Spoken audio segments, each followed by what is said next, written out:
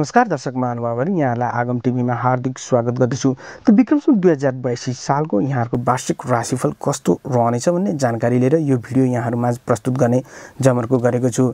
त दर्शक महानुभावहरू, जगलग्न कुण्डली अथवा वर्षेस कुण्डलीलाई हेर्ने भने विक्रम सम्वत 2082 सालभरि नै शनि ग्रह मीन राशिमा गोचर गर्नेछन्। त्यस्तै गरी बृहस्पति भने वृष राशिमा गोचर गर्नेछन्। त्यस्तै गरी बुध अनि शुक्र लगायत राहु ग्रह मीन राशिमा गोचर गर्नेछन्। मंगलले भने 2.5 महिनासम्म तपाईको एक राशिमा गोचर गर्नेछ भने सूर्यले 12 वटा राशिमा प्रत्येक महिना गोचर गर्नेछन्। यिनै आधारलाई विषयवस्तु बनाएर सूर्य, मंगल, बुध, बृहस्पति, शनि र राहु र केतुको प्रभावलाई हेरेर हामीले यो राशिफल तयार पारेका छौं। लागौं तुला राशितर्फ। तुला राशि हुने महानुभावहरुका लागि 2082 साल फलदायी वर्ष रहनेछ। बृहस्पति अनि शनि शुभ रहने भएकाले अधुरा कामहरू पूरा हुनेछन्। पठन पाठन लगायत बौद्धिक क्षेत्रका कामहरूमा सफलता हासिल गर्ने खालको समय रहनेछ। आम्दानी बढ्नाले आर्थिक उन्नति प्रगति बढ्दै जाने खालको समय 2082 साल रहनेछ। शत्रुहरूको नाश हुनेछ, यहाँहरूको विजय हुने खालको समय रहनेछ। त स्वास्थ्यमा पनि यहाँहरुका लागि राम्रो खालको समय रहनेछ। स्वास्थ्य समस्याबाट समेत छुटकारा मिल्ने खालको समय यहाँहरुका लागि रहनेछ। राहु अशुभ रहनाले अचानक हानि बिर्नु पर्ने समस्या देखिन्छ भने सन्तान समेत टाढिदै जाने खालको समय रहनेछ। वैशाख महिनालाई हेर्ने भने लामो यात्रा हुने, खर्च हुने अथवा खर्च बढ्ने खालको समय छ भने जेठमा सामान्य स्वास्थ्य समस्याहरूले सताउने खालको देखिन्छ। असारमा मान सम्मानमा हानि हुने खालको समय देखिन्छ भने श्रावणमा सुख र धन अभिवृद्धि हुने खालको समय यहाँहरुका लागि रहनेछ। त्यस्तै गरी भदौमा हेर्ने भने दर्शक महानुभावहरु, गुमेको धन लाग्ने खालको, फसेको पैसाहरू उठ्न सक्ने खालको समय यहाँहरुका लागि रहनेछ भने असोजमा यात्रा र खर्च वृद्धिको समय रहनेछ। त्यस्तै गरी दर्शक महानुभावहरु, कार्तिकमा गएर स्थान परिवर्तन, त्यस्तै गरी मंसिरमा गएर स्वास्थ्यमा समस्या, फागुनमा गएर आर्थिक संकट अनि ऋण एवं चैतमा शत्रुहरू नाश हुने खालको समय यहाँहरुका लागि रहनेछ। आर्थिक दृष्टिकोणले जो तुला राशि हुनुभएका महानुभावहरु हुन्छ, यहाँहरुका लागि श्रावण, भाद्र, पौष र चौथ महिना अति उत्तम खालको समय रहनेछ। त लागौं वृश्चिक राशितर्फ। वृश्चिक राशि हुने महानुभावहरुको लागि यो वर्ष सामान्य रहनेछ। अधिकांश ग्रहहरू प्रतिकूल फल दिने भएकाले आँटेका अधुरा कामहरू अथवा पूरा हुन नसकेका कामहरूले अवश्य भने गति लिन सक्ने खालको समय रहे तापनि विभिन्न कामहरू चाहिँ अधुरै रहने खालको समय पनि रहनेछ। आर्थिक उन्नति र सञ्चित दुवैको कमजोर भएकाले आर्थिक व्यवहार दुराचरण को समय पनि यहाँहरुका लागि रहनेछ। आलस्य वृद्धि हुनका साथै अध्ययन अध्यापनका कार्यहरू पनि अधुरो रहने खालको र सामान्य उन्नति प्रगति हुने मात्र खालको समय 82 साल यहाँहरुका लागि रहनेछ। त वृश्चिक राशि हुने भएका महानुभावलाई पारिवारिक स्वास्थ्यका क्षेत्रमा ठूलो धन राशि खर्च गर्नुपर्ने समय रहनेछ भने वैशाखमा शत्रुहरूमाथिको मुद्दा मामिलामा विजय प्राप्ति हुने, यहाँको यश कृति नेतृत्व बढेर जाने खालको समय रहनेछ भने जेठमा गएर लामो यात्रा र खर्च वृद्धि हुने, असारमा गएर स्वास्थ्यमा समस्याहरू आउन सक्ने, श्रावणमा गएर यहाँहरुका लागि पाप कर्ममा मन जाने, अवैधिक कर्ममा मन जान सक्ने खालको समय, एउटा मानहानि हुने खालको समय पनि रहनेछ। भदौमा अधुरा कामहरू पूरा हुनेछन् भने सुख बढ्ने खालको समय रहनेछ। असोजमा गएर धन प्राप्ति र कार्तिकमा गएर यात्रा र धननाशको समय रहनेछ। त्यस्तै गरी मंसिर महिनालाई हेर्ने भने यहाँहरुका लागि स्थान परिवर्तन, पुषमा हानि नोक्सानी बढ्ने, माघमा अचानक धन लाभ हुने, त्यस्तै गरी फागुनमा स्वास्थ्य कमजोर रहने र मानहानि हुने तथा चैतमा आर्थिक संकटको सामना गर्नुपर्ने समय रहनेछ। जो दाम्पत्य जीवनमा व्यतीत गर्नुभएको छ, यहाँहरुका लागि एउटा सन्तान प्राप्तिको योग, वंशवृद्धिको योग रहनेछ। नोकरी र व्यापारबाट राम्रै मनग्य लाभ लिन सक्ने खालको समय रहनेछ भने वृश्चिक राशि हुनुभएका महानुभावहरूलाई आर्थिक दृष्टिकोणले वैशाख, भदौ, असोज अनि त्यसपछि माघ महिना एकदम शुभ रहनेछन्। अब लागौं धनुराशितर्फ। धनुराशि हुने महानुभावहरुका लागि 2082 साल मिश्रित फलदायी वर्ष रहनेछ। पारिवारिक समस्याबाट मुक्ति मिल्नेछ। अध्ययन अध्यापनका कार्य सफल रहनेछन्। वैदेशिक क्षेत्र, प्रवासको व्यवसाय र व्यापारबाट पनि मनग्य लाभ लिन सक्ने समय यहाँहरुका लागि हुनेछ। त्यस्तै गरी धनुराशि हुने महानुभावहरुका नयाँ कामको थलानी र पेशा प्राप्त हुने खालको समय छ।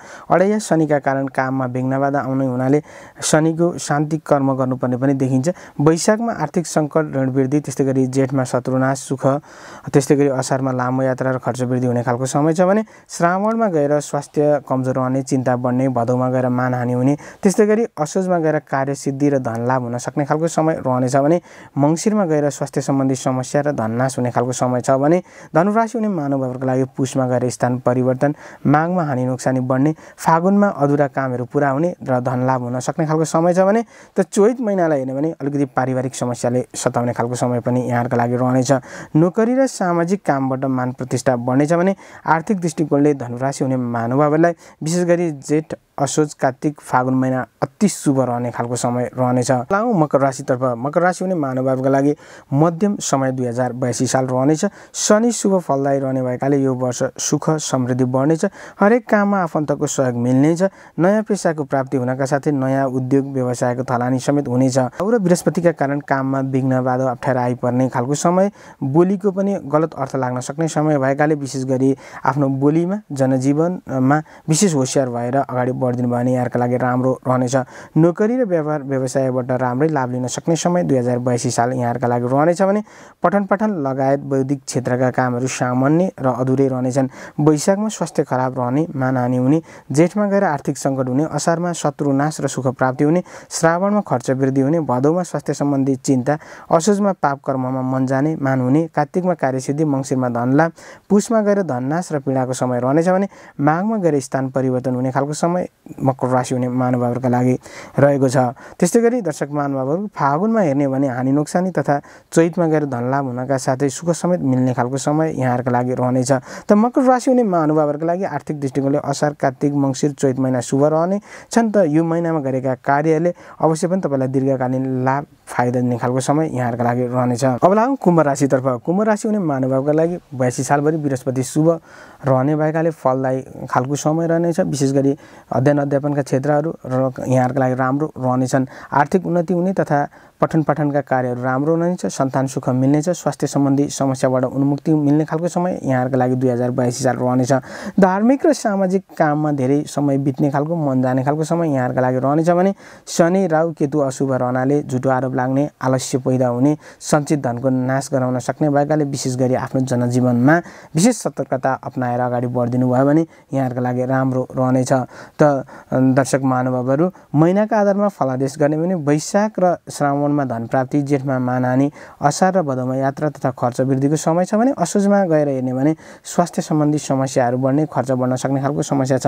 त्यस्तै गरी कार्तिकमा हेर्ने भने मानहानि र स्थान नाश हुन सक्ने खालको समय छ भने चैतमा गएर व्यापार र पशु व्यवसायमा हानि हुने खालको समय रहनेछ। आर्थिक दृष्टिकोणले कुम्भ राशि हुने महानुभावहरूका लागि हेर्ने भने वैशाख श्रावण मङ्सिर अनि त्यसमा पुष महिना अति शुभ रहनेछन्। र अन्त्यमा मीन राशि हुने महानुभावहरूका लागि 2082 साल फलदायी वर्ष नै रहनेछ। विशेष गरी रियल इस्टेट कारोबार, घर जग्गा जमिनमा जो कार्य गर्नुहुन्छ यस्तोबाट मनगी लाभ लिन सक्ने खालको समय रहनेछ भने जग्गा जमिनको प्राप्ति, वाहन सुख सुविधाहरू उपलब्ध हुने खालको समय पनि यहाँहरूका लागि रहनेछ। मुद्दा मामिला र झमेलामा फस्ने डर भएकाले होसियारी साथ सोचेर मात्रै कर्म गरिदिनु भयो भने यहाँहरूका लागि राम्रो रहने खालको समय छ। अब्जस खप्नु परे पनि नोकरी र सामाजिक क्षेत्रबाट मान सम्मान मिल्नेछ। व्यापार व्यवसायबाट सामान्य लाभ हुनेछ।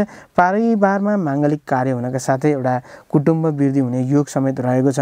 वैशाखमा गएर हानि नोक्सानी, जेठमा गएर आकस्मिक रूपमा धन लाभको समय यहाँहरूका लागि रहनेछ भने मीन राशि हुने महानुभावहरूका लागि असारमा हेर्ने भने स्वास्थ्य समस्याहरू आउन सक्ने खालको, खर्च बढ्न सक्ने खालको समय रहनेछ। त्यस्तै गरी श्रावणमा हेर्ने आर्थिक सङ्कट र ऋण वृद्धिको समय छ भने भदौमा शत्रुनाश र सुख वृद्धि हुने खालको समय छ। त्यस्तै गरी असोजमा हेर्ने भने लामो यात्रा र खर्च वृद्धि हुने, कार्तिकमा स्वास्थ्यका लागि खर्च गर्नुपर्ने, मङ्सिरमा मानहानि, पुषमा र माघमा धन र सुख वृद्धि एवं फागुन र चैतमा आम्दानी भन्दा बढी खर्च बढ्ने खालको समय रहनेछ। त मीन राशि हुने महानुभावहरूका लागि आर्थिक दृष्टिकोणले जेठ भदौ पुष र माघ महिना एकदम शुभ रहने खालको समय यहाँहरूका लागि रहनेछ। हजुरलाई यो जानकारी कस्तो लाग्यो? यदि यहाँहरू आफ्नो चिनाकुण्डली देखाउन चाहनुहुन्छ, बनाउन चाहनुहुन्छ, रत्न वास्तु सम्बन्धी सेवा लिन चाहनुहुन्छ, त्यस्तै गरी पूर्वीय दर्शनका कुनै खोजी जिज्ञासा छन् भने पनि हामीहरूलाई सम्पर्क गर्न सक्नुहुनेछ। आजलाई भने यहाँहरूको समय उत्तम तरिकाले बितोस्, बहुजन हिताय एवं जगत कल्याण गर्ने प्रेरणा मिलोस् भन्ने कामनाका साथ म प्रस्तुता भने बिदा माग्न चाहन्छु। नमस्कार।